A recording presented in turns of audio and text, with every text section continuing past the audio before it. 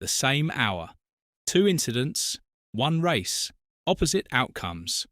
On Saturday afternoon at Buriram, Marc Marquez forced Pedro Acosta wide at turn 12 on the penultimate lap of the sprint. Penalty, drop 1 position.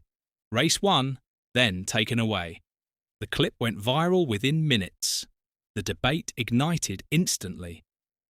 On Saturday afternoon at the same circuit, in the same sprint, in the same session, Alex Marquez launched into turn 3 on the opening lap and pushed Fabio Di Giannantonio off the track, nearly collecting Raul Fernandez in the process. 3 riders could have gone down. 2 of them did go off the circuit. Di Giannantonio lost his race before it had even started. Alex Marquez? No investigation, no penalty, racing incident, same stewards, same day, same circuit, completely different standard. Subscribe, because this is the stewarding debate that is not going away. Di Giannantonio went to race direction after the sprint to ask for an explanation. He did not get one that satisfied him, and in the press pen afterwards, he chose his words carefully, not pointing at Alex Marquez specifically, but making a broader argument that cut through everything that had happened that weekend. I was 4th and I did my braking. I heard a high noise and saw Alex coming quite hot. To avoid a huge crash between me, Raul and him, I had to pick up the bike and wait for his line. Both lines were quite outside of the track. Then he said the thing that the stewarding panel should have been uncomfortable hearing. I want to give them my full trust. They told me they'd be working this afternoon, and I hope they'll be consistent. 2.5 hours after the sprint ended, the stewards had still not announced a decision on the turn 3 incident. Meanwhile, they had already penalised Marc Marquez for the Acosta move in the same session. Eventually, the Alex Marquez incident was ruled a racing incident. First lap, bunched field, no action taken. And in that ruling, in that contrast with what happened to Marc Marquez in the same session, the stewarding problem became impossible to ignore. Di Giannantonio's own reaction was telling. He did not explode publicly. He did not demand a penalty. He said he wanted to trust the stewards and hoped they would be consistent. That restraint, from a rider who had just watched his sprint race end before it started, carried more weight than any outburst would have. Because the argument is not simply that Alex Marquez should have been penalised. Reasonable people can disagree on that. First lap incidents in a bunched field carry different context to a deliberate overtake in the closing stages of a race. The stewards have a framework for this. What is not reasonable, what cannot be explained away by context or framework, is the visible inconsistency between how the 2 incidents were perceived publicly, and the complete absence of a clear communication from race direction about what standard was being applied and why. Marquez was penalised for a move that the stewards classified as causing contact. Alex Marquez was not penalised for a move that put 2 riders off the circuit. Di Giannantonio's pointed comment about wanting stewards to be consistent was not diplomatic paddock language. It was a challenge, directed at the officials who had just watched both incidents and produced 2 completely different responses within the same hour. And that challenge goes to the heart of the bigger question that Thailand opened for 2026. Where exactly is the line? Is it contact? Marc Marquez made no contact with Acosta. Is it track limits?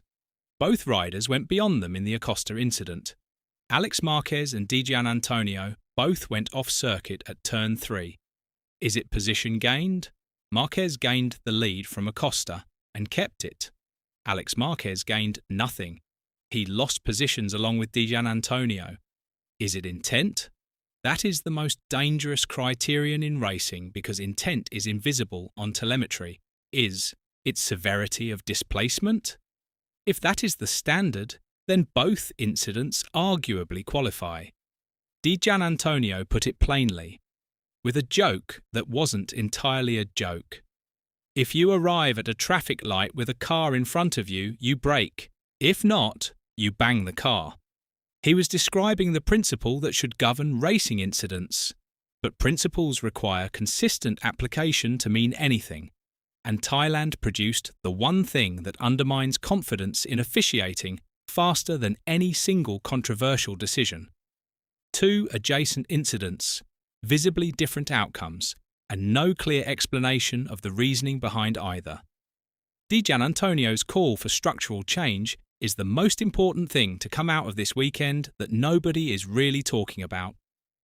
Subscribe, because the officiating debate is going to define more than one race in 2026. He did not just complain about Alex Marquez. He said something bigger, that MotoGP riders currently feel unsafe in the first corners because of other riders' risky manoeuvres, and that stronger penalties at race starts are needed to create what he called a fear of consequences. Not just the fear of crashing, the fear of a penalty serious enough to change the calculation a rider makes in that first braking zone. In my opinion, we've seen too many truly risky situations. In races, the first hard braking is always the most dangerous. Unfortunately, there have been incidents where riders have been injured, situations on the limit. That is not a rider lobbying for himself. That is a rider describing a systemic problem that has been building across multiple seasons of sprint format racing, where the density of competitive laps has made lap 1 incidents more frequent and more consequential. Jack Miller said something similar after his 2025 Valencia penalty. Now, Di Giannantonio is saying it from the other side of the equation.